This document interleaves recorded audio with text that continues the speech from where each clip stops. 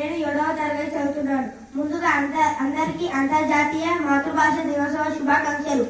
అంతర్జాతీయ మాతృభాష దినోత్సవం ప్రతి సంవత్సరం ఫిబ్రవరి 21న ప్రపంచవ్యాప్తంగా నిర్వహించాలని 1999 నవంబరు 17న యునెస్కో డైరెక్టర్ జనరల్ ప్రకటిస్తూ వస్తున్నారు.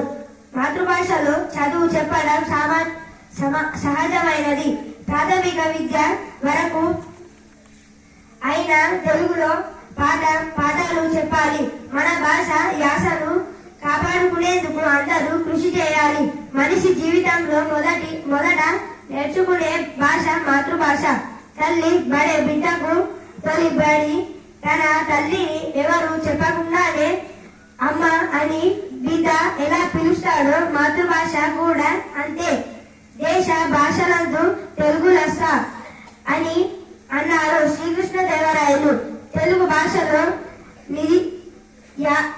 మాధుర్యం, గొప్పతనం ఏ భాషలోనూ లేదని చాలా కవులు చెప్పారు. మన భాషలో ఎన్నో గొప్ప గీతాలు, మహాభారతం, రామాయణం, భాగవతం ఇలా ఎన్నెన్నో ఉన్నాయి. తెలుగు భాష గురించి ఎంత చెప్పుకున్నా తక్కువే.